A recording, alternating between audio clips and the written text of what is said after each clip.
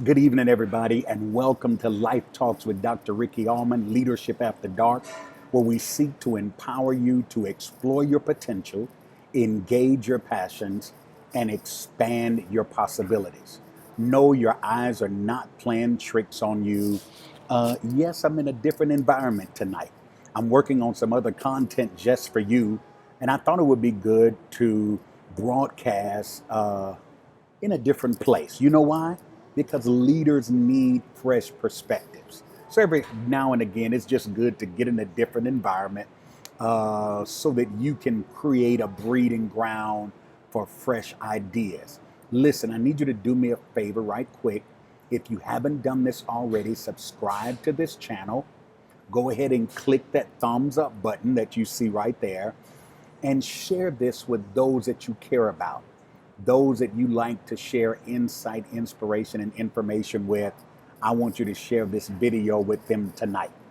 And then lastly, I need you to text the word Ricky Allmon, no spaces, to 22828. Text the word Ricky Allmon to 22828 so you can join Impact Nation and receive our Impact newsletter, because the content that I'm working on now is for Impact Nation exclusively, and you don't want to miss it.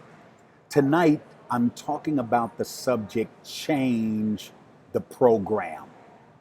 As a matter of fact, this conversation tonight was inspired by one of my sisters, Rachel, who's an amazing business consultant. You can find her on all social media platforms.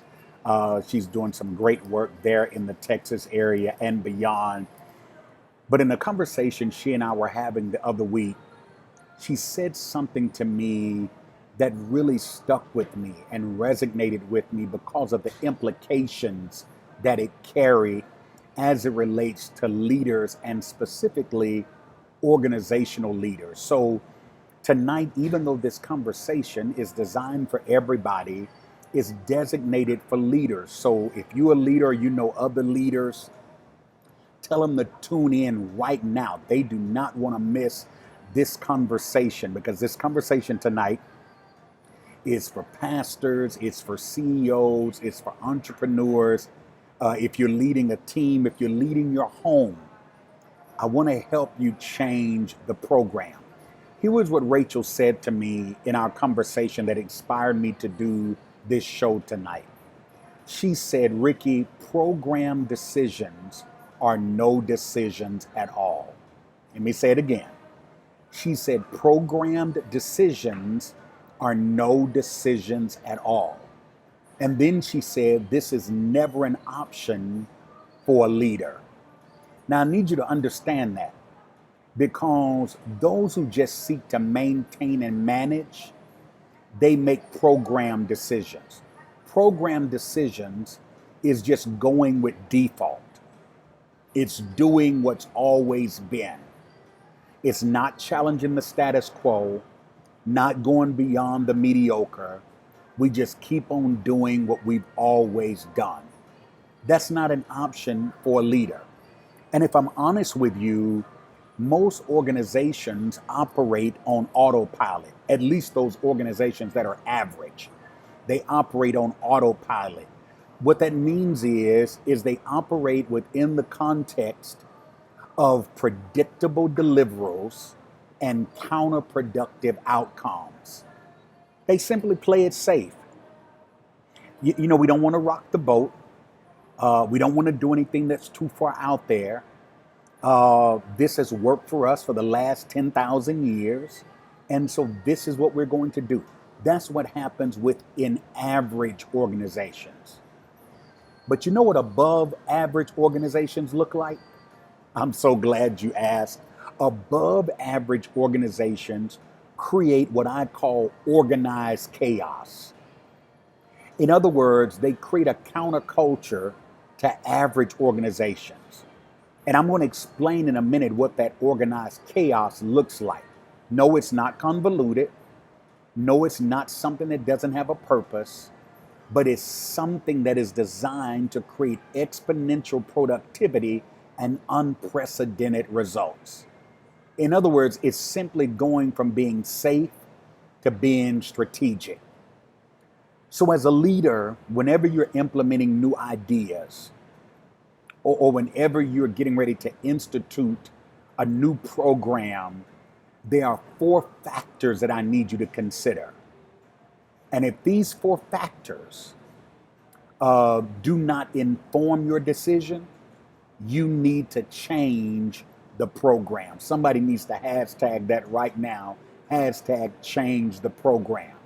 So there are 4 factors you need to consider whenever you're getting ready to implement a new idea or institute a new program. And I put these four ideas, or 5 ideas actually, in the form of a question. I put these 5 ideas in the form of a question. The first question you need to ask yourself as a leader when you're changing the program is, does it create greater organic relationships within the organization through collaboration? Does it create greater organic relationships within the organization through collaboration? With most organizations, those who work within the organization at best just seek to cooperate. In other words, they go along to get along. They're not trying to really make an impact or make a difference.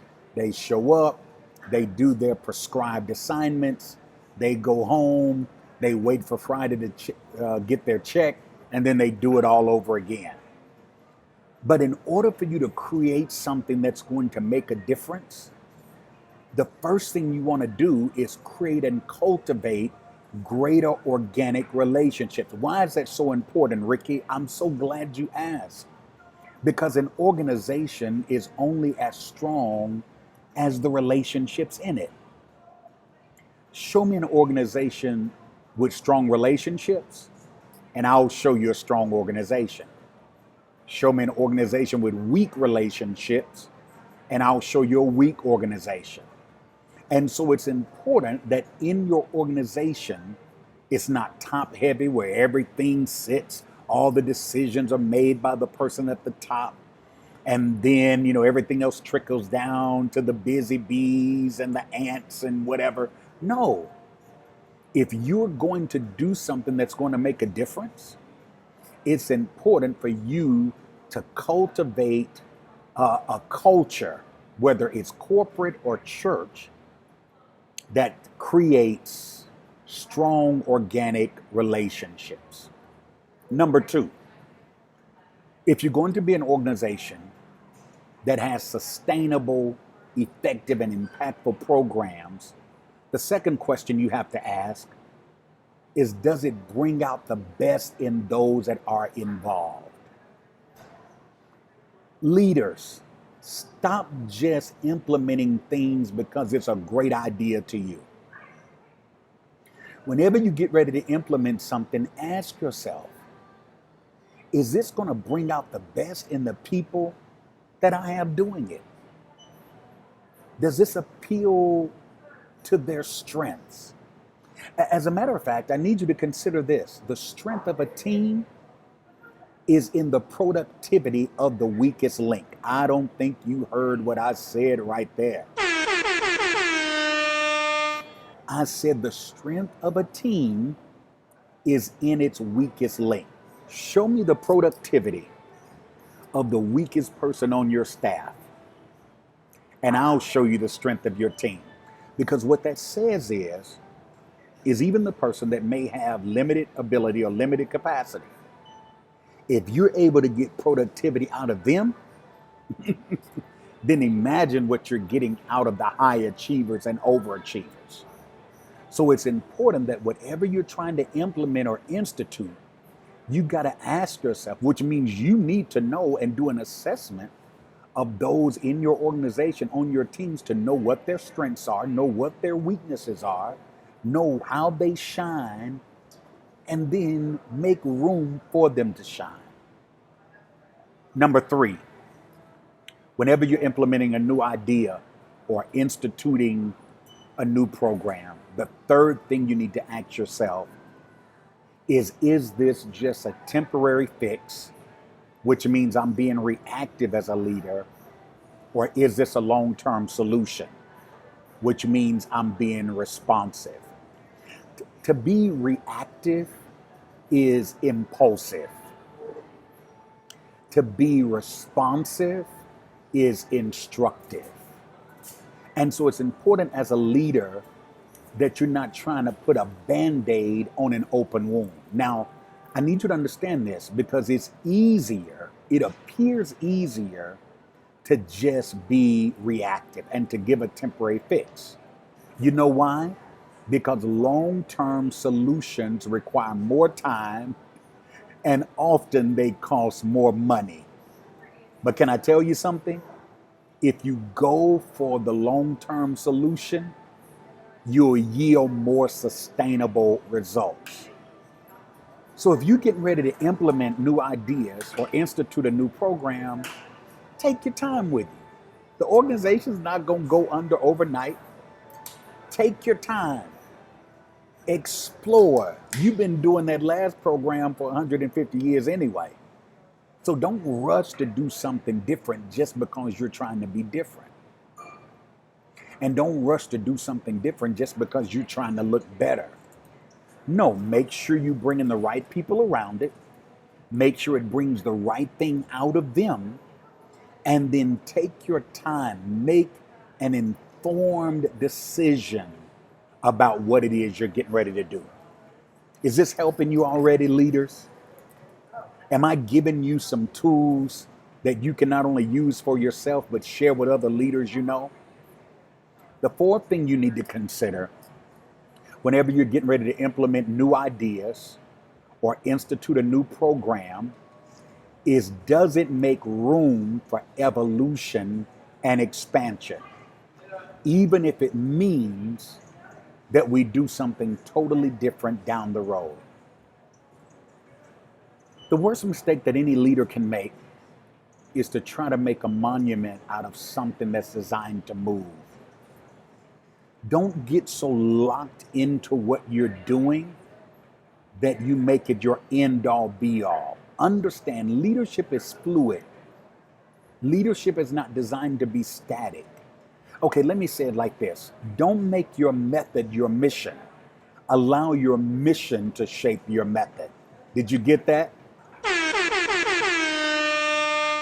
Don't make your method your mission. I've seen it in various types of organizations where somebody takes something that worked before and they go, okay, we're going to ride out with this. Well, you may reach a point where that's no longer relevant or it's just not necessary to do. So why would you keep doing it? So don't make your method your mission. Let your mission is your why. You should always keep your why in front of you and let your why dictate everything else that you do. That's so very important. So make sure that whatever it is you're implementing, whatever it is you're instituting, that it's flexible, that it's not just limited to one way of doing it, but that there's room for evolution. There's room for growth. There's room for adjustment. And then fifthly and lastly, whenever you're getting ready to implement a new idea or institute a new program, the fifth thing you want to consider is, does it require partnerships that serve more than your organization? You got to understand, we live in a pluralistic society.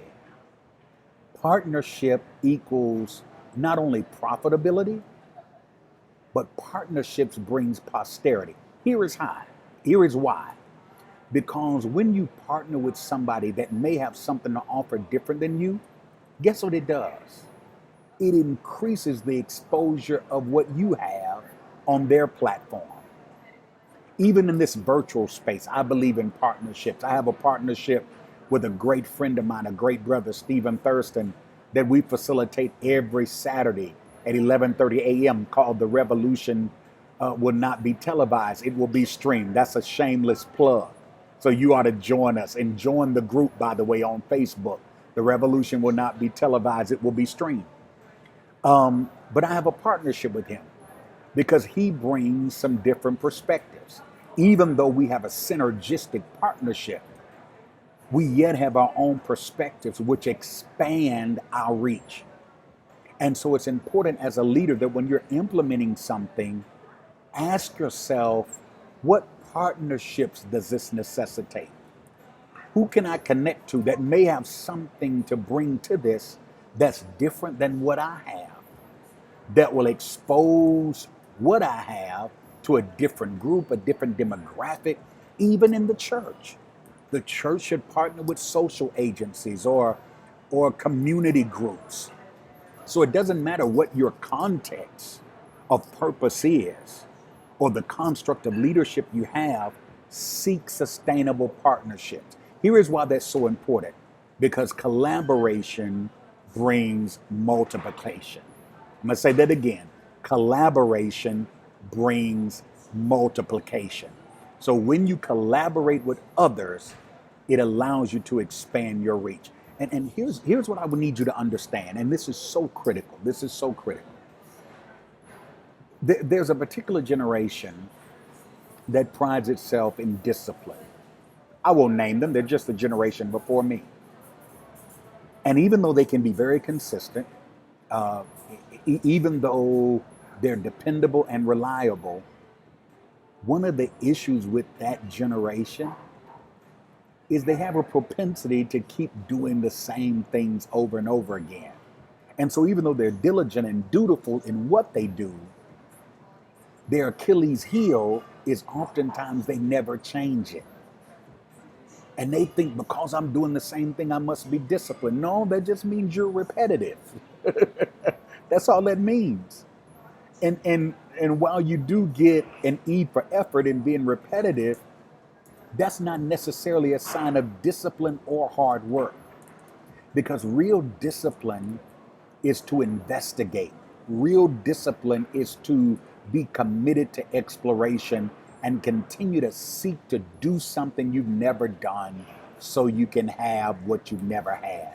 Thank you for joining me tonight. This is Dr. Ricky Allmon with Life Talks Leadership After Dark. I hope this has inspired you. I hope this has informed you. I hope you got insight out of this as you explore your potential, engage your passions, and expand your possibilities. Thanks for joining me tonight. Holla.